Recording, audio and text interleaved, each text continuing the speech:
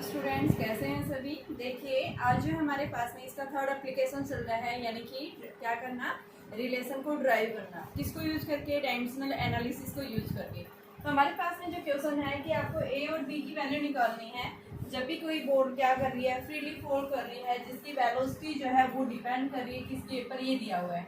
तो हम क्या करेंगे, मैंने इसके लिए क्या बता रखा है। सबसे पहले आप देखोगे कि कौन सी फिजिकल क्वांटिटी किन किन फैक्टर्स के ऊपर क्या कर रही है, डिपेंड कर रही है, यानी वो फैक्टर्स लोगे।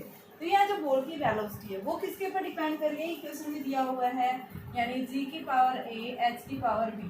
प्रोपोर्शनल को खोलेंगे, हटाएंगे तो इसकी जगह एक कांस्टेंट, इस कांस्टेंट को हम k से g की पावर a h की पावर b, ठीक है। b क्या है, वेलोसिटी। अब उसके बाद दूसरा स्टेप क्या लेंगे, ये तो फर्स्ट स्टेप हो गया। दूसरा स्टेप क्या करेंगे, इसमें डायमेंशनल फॉर्मूला लेंगे। तो क्या लिखेंगे, taking dimension on both side, यानी डायमेंशन समझ लो, डायमेंशनल फॉर्मूला, डायमेंशनल फॉर्मूला। तो क्या आ जाएगा आपके पास, वेलोसिटी है L1t माइनस 1, के कांस्टेंट, कांस्टेंट का कभी कोई फॉर्मूला नहीं होता। जी क्या है, एक्सेलरेशन ड्यू टू ग्रेविटी, क्या आएगा L1t माइनस 2 इसकी पावर a, h L1 है इसकी पावर b, पावर्स का addition a plus b t की पावर माइनस 2, और इधर से क्या आ गया L1t माइनस 1, ठीक है। तो यहाँ से आपके पास a प्लस b पावर्स को इक्वेट करेंगे तो क्या आ गया, ये 1 एंड माइनस 2a क्या आ गया, माइनस 1। a की वैल्यू क्या आई, 1/2। तो यहाँ पे a की वैल्यू पुट करो, 1/2 plus b is equal to 1, तो b is equal to 1 minus 1/2, तो ये 1/2। a और b दोनों आ गए हमारे पास में, ठीक है। पूछा क्या था, यही वैल्यू पूछी थी, ठीक है, a और b की वैल्यू। अगर फॉर्मूला पूछता तो आप यहाँ पे पुट कर देते, ये क्या आ जाता है, b is equal to k root g h, ये फॉर्मूला बन जाता है, ठीक है। लेकिन हमसे क्या पूछा है, यहाँ पे इसके a और b की वैल्यू पूछी है, तो वो a और b निकालनी है, ठीक है। फिर क्वेश्चन है कि साउंड की जो स्पीड है वो क्या कर रही है, गैसेज मीडियम के अंदर डिपेंड कर रही है किसके ऊपर, प्रेशर और डेंसिटी के ऊपर, ठीक है। तो हमने क्या कर दिया, इसके प्रेशर के डायमेंशन से इसका क्या ले लिया b, तो यहाँ से क्या निकालना है, वेलोसिटी साथ रिलेशन। तो दोनों को क्या करेंगे, पहले प्रोपोर्शनल को हटाएंगे, k p a rho b।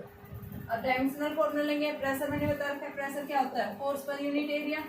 Force का क्या होता है, m1 L1 t minus 2 upon area L2। तो क्या आ गया, ये m1 L minus 1 t minus 2। और ऐसे ही हमारे पास डेंसिटी, डेंसिटी क्या होता है, मास पर यूनिट वॉल्यूम। तो ये मास m1 upon L cube, m1 L minus 2, ठीक है। ये पुट करेंगे तो L1 t माइनस 1 के कांस्टेंट, प्रेशर का क्या आएगा, m1 L minus 1 t minus 2 इसकी power a, m1 L minus q इसकी पावर b, ठीक है। m की पावर a, l की पावर माइनस a, t की पावर माइनस 2a, m की पावर b, l की पावर माइनस 3b। m की पावर a तो ये है, दूसरा ये है a प्लस b, l की power minus a minus 3b, t की power minus 2a, L1t minus 1। Powers को कंपेयर करेंगे, a प्लस b क्या हो गया, 0, minus a minus 3b 1, minus 2a minus 1। तो ये से कैंसिल, a की वैल्यू 1/2 आ गई। तो यहाँ से b की वैल्यू क्या आ जाएगी, माइनस a, यानी कि माइनस 1/2, ठीक है। a और b पूछा था आपके पास में, ठीक है। तो a की वैल्यू क्या आई है आपके पास में, माइनस 1/2, सॉरी b की वैल्यू माइनस 1/2, तो b की वैल्यू माइनस 1/2 और a की वैल्यू प्लस 1/2, ठीक है। यानी फॉर्मूला क्या बन जाएगा, b जो है वो क्या आएगा, k p की पावर 1 1/2 और रो b की वैल्यू क्या है, माइनस 1/2, तो ये क्या बन गया, k रूट p/रो। ये क्या हमारे पास में वेलोसिटी की, साउंड की वेलोसिटी का फॉर्मूला है। सिर्फ 2 या 3 स्टेप्स ध्यान रखने हैं भाई, आपको पहले क्या करना है, किन किन फिजिकल क्वांटिटी पे डिपेंड कर रही है। प्रोपोर्शनल में लिखा, डायमेंशंस लिखे इनके दोनों साइड, डायमेंशंस लिखने के बाद उनकी पावर्स को बेस और सेम जो है उनकी पावर्स को इक्वेट किया और यहाँ से इनके डायमेंशंस निकाल दिए और उस इक्वेशन में हमने पुट कर दिया। क्या दे देगा हमें, वो रिलेशन दे देगा। देखिए बच्चों, आपके पास क्वेश्चन है कि एक विस्कस फोर्स है, विस्कस फोर्स यानी कि मान लो आपके पास में एक बॉल है, उस बॉल को आपने कहाँ डाला, पानी में डाला, ठीक है। तो पानी क्या करेगा, उस बॉल के मोशन को अपोज करेगा। तो उस बॉल के मोशन को जो अपोज कर रहा है उस फोर्स को हम क्या बोल रहे हैं, क्या है वो, एक विस्कस फोर्स है जो फ्लूइड के अंदर एग्जर्ट होता है। तो क्या है, जैसे बॉल गई है तो उसके ऊपर एक विस्कस फोर्स एग्जर्ट हो रहा है जो क्या कर रहा है, उस बॉल के मोशन को अपोज कर रहा है। तो वो जो अपोजिंग फोर्स है किसके ऊपर डिपेंड कर रहा है, रेडियस के ऊपर, साथ में किसके ऊपर डिपेंड कर रहा है, कोफिशिएंट ऑफ विस्कोसिटी। तो यहाँ से इसने क्या पूछे हैं कि आप जो है क्या बताइए, इनकी ए बी और सी की वैल्यू बताइए। तो यहाँ पे विस्कस फोर्स जो है वो किसके ऊपर डिपेंड कर रहा है, ईटा के ऊपर, आर बी और बी सी। बी क्या है, वेलोसिटी, ईटा क्या है, कोफिशिएंट ऑफ विस्कोसिटी, आर क्या है, रेडियस ऑफ बॉल की। तो प्रोपोर्शनल को हटाएंगे तो इसकी जगह क्या आएगा, एक कांस्टेंट ए, ईटा की पावर ए, आर की पावर बी, बी की पावर सी। डायमेंशंस ले दोनों साइड। तो ये आपके पास फोर्स है, क्या आ गया, m1 l1 t माइनस 2। ये क्या है, डायमेंशनलेस। ईटा की वैल्यू क्या होता रखी है, f is equal to 6 pi eta R B. Eta निकालना है f अपॉन आर बी, क्योंकि 6 पाई क्या है, कांस्टेंट, और f का क्या बता रखा है, m1 l1 t minus 2। r क्या है, l1, और ये क्या है, l1 t माइनस 1। l1 से l1 cancel, m1 l minus 1, ये ऊपर जाएगा तो माइनस 1। ये क्या है, ईटा के लिए।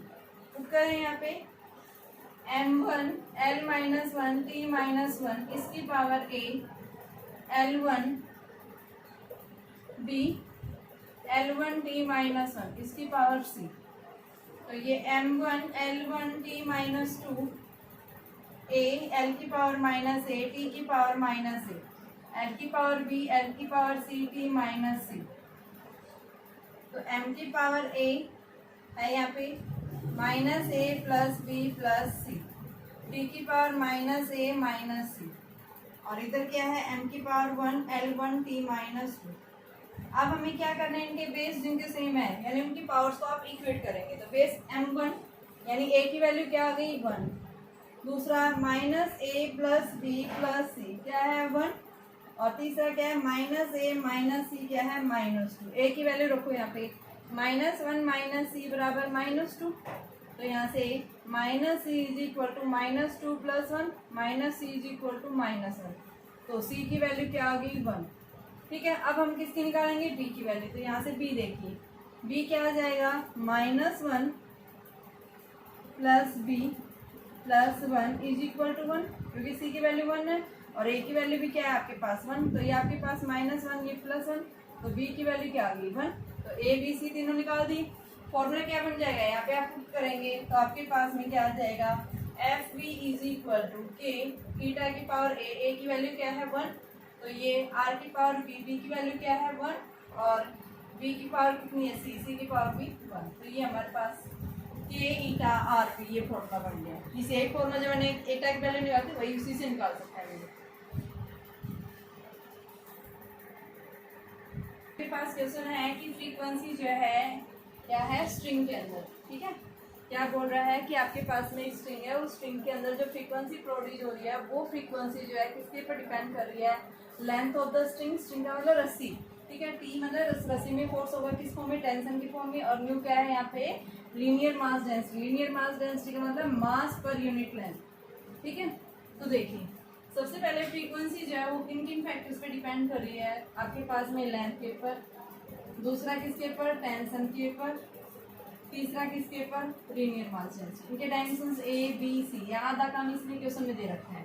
तो आप तीनों को कंबाइन करेंगे, म्यू एल की पावर ए, टी की पावर बी, म्यू की पावर सी। प्रोपोर्शनल को हटाएंगे, यहाँ से क्या आएगा आपके पास में, कांस्टेंट एल की पावर ए, टी की पावर बी, म्यू की power c. Taking the dimensions on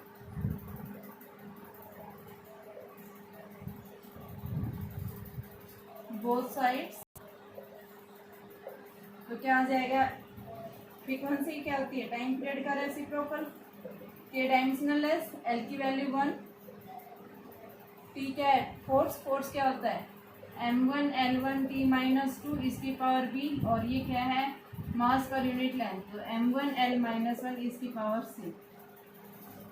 तो ये क्या आ गया, l a m b l b t minus 2b, m की power c l minus c, और इसके ऊपर t माइनस 1। ठीक है, तो देखो सबसे पहले मास की टर्म्स को ऐड करो। बी प्लस सी, एल की वैल्यू ए प्लस बी माइनस सी, टी की वैल्यू -2 और इधर क्या है -1। पार्ट्स को कंप्लीट करेंगे तो -2b बराबर -1, b बराबर 1/2। अब दूसरा b प्लस सी क्या है, यहाँ 0, कुछ है नहीं मास की टर्म, तो b c किसके इक्वल आ गया -b और b की वैल्यू 1/2 थी तो ये -1/2। अब क्या निकालना है, a की वैल्यू, तो यहाँ से आपके पास a plus B minus C बराबर 0। a की वैल्यू निकालनी है, b की वैल्यू क्या है -1/2 और c की वैल्यू कितनी आ रही थी 1/2। ठीक है, इज इक्वल टू 0, तो यहाँ उस साइड लेके जाएंगे, a क्या आ जाएगा 1 आ जाएगा। ठीक है, यहाँ इन a b c की वैल्यू को यहाँ उठा के रखेंगे कि l की पावर a, l की वैल्यू कितनी है 1, t की वैल्यू b, b की वैल्यू कितनी है -1/2 और तीसरा न्यू इसकी की वैल्यू कितनी है आपके पास में, b की वैल्यू हमारे पास 1/2 आ रही है, ये -1/2। तो हमारे पास में फॉर्मूला क्या बन गया, k l रूट t/μ। ये क्या आ गया, फ्रीक्वेंसी का फॉर्मूला आ गया, क्योंकि -1/2 का मतलब नीचे जाएगा तो इसकी वैल्यू क्या आ जाएगी, पॉजिटिव आ जाएगी, प्लस की वैल्यू हो जाएगी।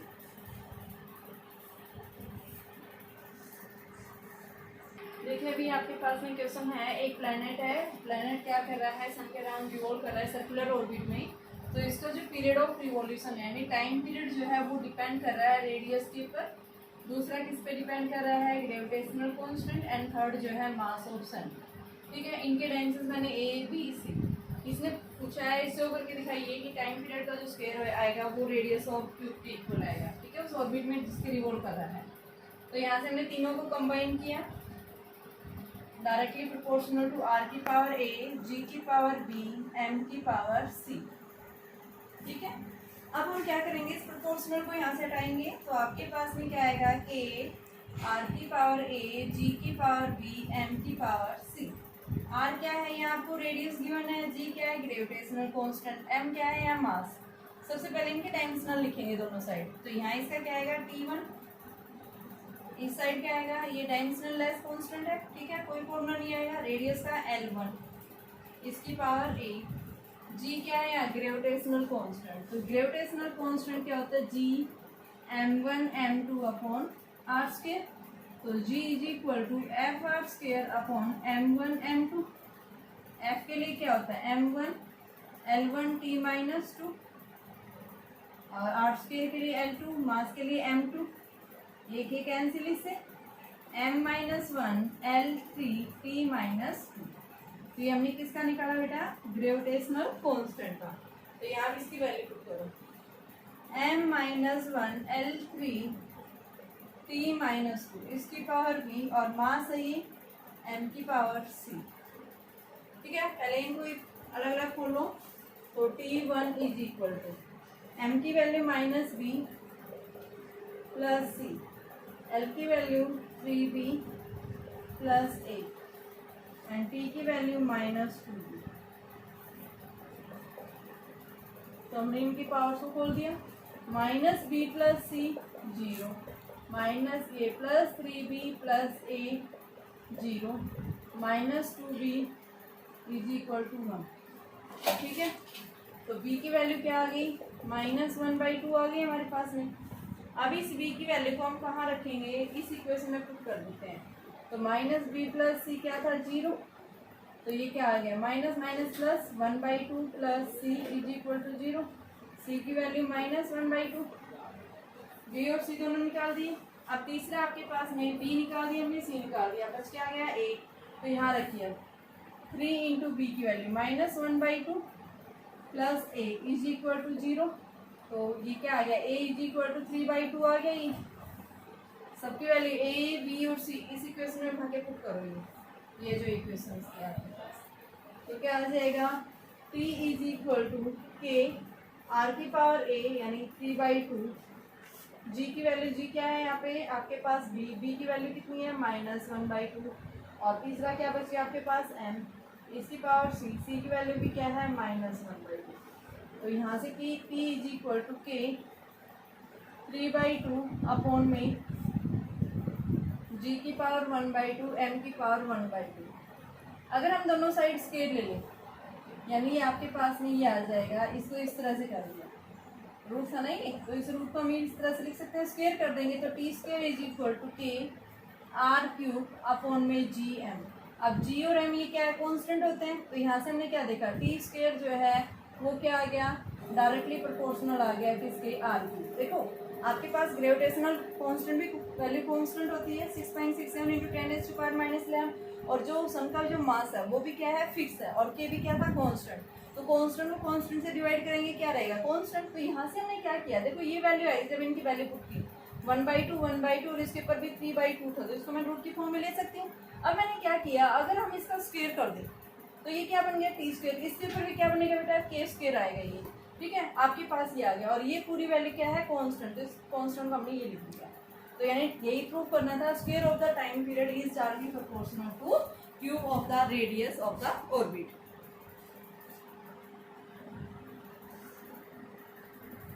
देखिए आपके पास क्वेश्चन दिया हुआ है, रेनॉल्ड नंबर जो है क्या डिटरमाइन करता है, ये जब भी किसी ट्यूब के थ्रू लिक्विड फ्लो करता है पाइप में से, तो किस तरह का फ्लो है, लेमिनार फ्लो है, स्ट्रीमलाइन है, या टर्बुलेंट फ्लो है, ठीक है, ये हम आगे पढ़ेंगे। सिर्फ आप अभी ये ध्यान रखिए कि जब भी पाइप के थ्रू लिक्विड फ्लो करता है तो किस टाइप का लिक्विड फ्लो कर रहा है, हमें क्या बताता है, ये डिटरमाइन करता है फ्लो ऑफ लिक्विड, ठीक है। तो ये जो रेनॉल्ड नंबर जो होता है कॉन्स्टेंट वैल्यू होती है, ये 2000 से ज़्यादा, 2 से कम, 0 से 1000 के बीच में, इस तरह से कॉन्स्टेंट वैल्यू होती है। तो ये कांस्टेंट वैल्यू जो होती है डिपेंड कर रहा है डेंसिटी ऑफ द लिक्विड, जो पाइप के थ्रू पास कर रहा है उसकी स्पीड कितनी है, कोएफिशिएंट ऑफ विस्कोसिटी कितना है, और ट्यूब का जो डायमीटर है वो कितना है, ठीक है। तो देखिए आपके पास यहाँ 4 फैक्टर्स अब तक जो हमने पढ़ा था कि अगर आपके पास में कोई भी फिजिकल क्वांटिटी 3 क्वांटिटी के ऊपर डिपेंड करती है, 4th क्वांटिटी आ जाती है तो उसको आप छोड़ देंगे एज इट इज, ठीक है। अब हमारे पास में क्या आ गया, इन चारों को मैं कंबाइन कर रही हूँ, रो ए, v की पावर b, थीटा की पावर c और d as it is. Proportional को हटाएंगे, constant, rho a v b, theta c और d। डायमेंशनल है, रेनॉल्ड नंबर क्या है, कांस्टेंट, डायमेंशनल लेस होता है m0, l0, t0। ये भी डायमेंशनल लेस। डेंसिटी क्या होती है, मास पर यूनिट वॉल्यूम, इसकी पावर a, वेलोसिटी L1T-1 इसकी power b। Coefficient of viscosity भी थोड़ी देर पहले हमने किया था, m1 L-1 T-1 इसकी पावर c, और डायमीटर क्या होता है, L1, ठीक है। तो क्या आएगा आपके पास, देखो सबसे पहले मास की पावर कितनी है, a, मास की पावर कितनी है, c, प्लस c कर दिया। अब लिखो l की power 3a plus b minus c और प्लस 1 कर दिया, ये 1 था ना, तो इस 1 को भी, क्योंकि हमें चौथी क्वांटिटी के कोई डायमेंशंस नहीं लेना, हमें सिर्फ डायमेंशनल फॉर्मूला लिख के उसको सोल्व करना है। ये ओनली 3 फैक्टर्स के ऊपर डिपेंड करते हैं कोई फिजिकल क्वांटिटी। अब टी की वैल्यू क्या आएगी, माइनस बी माइनस सी, हो गया। इधर क्या है, m0 l0 t0। अब करें इनको solve, a plus C 0 minus B minus C बराबर 0, 3a प्लस बी माइनस सी प्लस 1 बराबर 0, ठीक है। तो a की वैल्यू यहाँ से किसके इक्वल आई, a is equal to minus C, तो माइनस बी बराबर सी, ठीक है। अब c की वैल्यू जो है वो क्या आ रही है, यहाँ से देखिए दोनों से, c की वैल्यू जो है वो a आ रही है माइनस a, और c की वैल्यू क्या आ रही है, माइनस b, ठीक है। तो यहाँ c की वैल्यू यानी हमारे पास में 2 वैल्यू आ रही है कि a जो है वो आपके पास में ये लिख सकते हैं, यहाँ इनको मैं पुट करूँगी, बट देखो इसमें थर्ड में, तो 3a plus b plus c plus 1 बराबर 0। 3a निकालना है, a की जगह आप माइनस सी प्लस बी, b की वैल्यू हमने निकाली है, यहाँ से माइनस बी बराबर सी, तो b की वैल्यू क्या आ गई, माइनस सी, तो ये माइनस सी प्लस 1 बराबर 0, तो माइनस 3c, ये 0 हो गया, प्लस 1 बराबर 0, तो minus 3c is equal to minus 1, तो c की वैल्यू 1/3, c 1/3 आ गया। तो a की वैल्यू क्या आ गई आपके पास में, माइनस 1/3, और b की वैल्यू भी क्या आ रही है, माइनस 1/3। a b c निकाल दिए, इस फॉर्मूले में पुट करिए, ठीक है। आपके पास में क्या आ जाएगा, ये यानी इन सबकी वैल्यू जब हम पुट करेंगे, सोल्व करेंगे, तो ये आपके पास में nr जो है के रो ए, आपके पास में रो ए की वैल्यू क्या है, डेंसिटी है, ठीक है। तो ये हमारे पास में क्या आ गया, ये ए की वैल्यू 1/-1/3 और बी की पावर बी की वैल्यू -1/3 एंड सी की वैल्यू जो है ईटा ये 1/3 और ये क्या है बी। ठीक है, तो इस तरह से हमने क्या निकाला, ये फॉर्मूला निकाला है।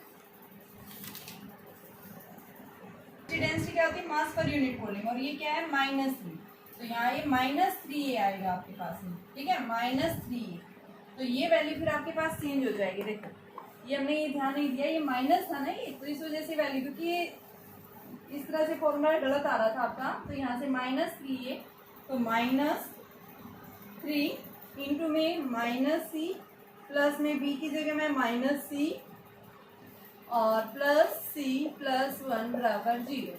तो ये तो कैंसिल हो गया, minus minus plus 3c plus 1 बराबर 0, तो 3c is equal to -1, c is equal to -1/3।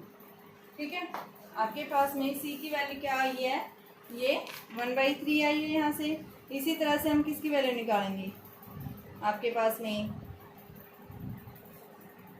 हमने ये जो है a प्लस सी जो है 0 रखा, ऐसे ही हमने -b - c 0 रखा था। ठीक है, तो यहाँ से हम सबसे पहले a की वैल्यू निकालेंगे, क्या आएगी -c आएगी, ऐसे ही हम -b बराबर c, तो b की वैल्यू -c आ गई, ये निकाल दिया, a और b दोनों निकाल दी, इन वैल्यू को यहाँ उठा के पुट करेंगे, तो -3 a की जगह रखो, a की वैल्यू क्या है -c हो गया, अब b की जगह क्या है -c और ये भी क्या है -c प्लस 1 बराबर 0।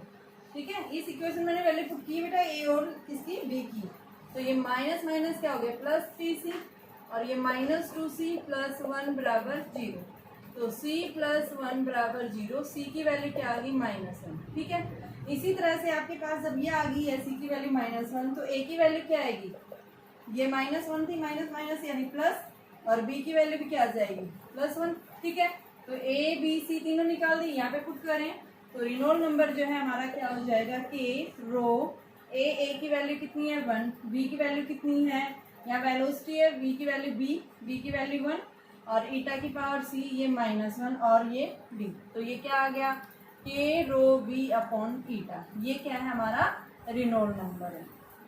ठीक है, तो यहाँ से केयरफुली ध्यान रखना है, सिर्फ हमारा फॉर्मूला सही था, सिर्फ हमने ये वैल्यू रखने में थोड़ी मिस्टेक होगा दीदी। ठीक है, तो ध्यान से केयरफुली ही करना बेटा। ये है आपके पास rate of flow of liquid जो है फ्लो कर रहा है एक पाइप के थ्रू, जो किसके पर डिपेंड कर रहा है, सबसे पहले कोफिशिएंट ऑफ विस्कोसिटी, ये ईटा क्या है हमारा कोफिशिएंट ऑफ विस्कोसिटी, दूसरा क्या है रेडियस ऑफ ट्यूब और तीसरा क्या है प्रेशर ग्रेडियंट। मैंने बताया था ग्रेडियंट का मतलब किसी चीज को आप लाइन से डिवाइड कर देते हैं, तो इसके डायमेंशन से मान लिया, इसका बी इसका, और ये क्या rate of flow, rate of flow का मतलब कि टोटल लिक्विड जो फ्लो कर रहा है पर यूनिट टाइम में, तो ये b/t, ये वॉल्यूम है, कहीं स्पीड ले लो आप। रेट ऑफ फ्लो का मतलब क्या है, लिक्विड का जो टोटल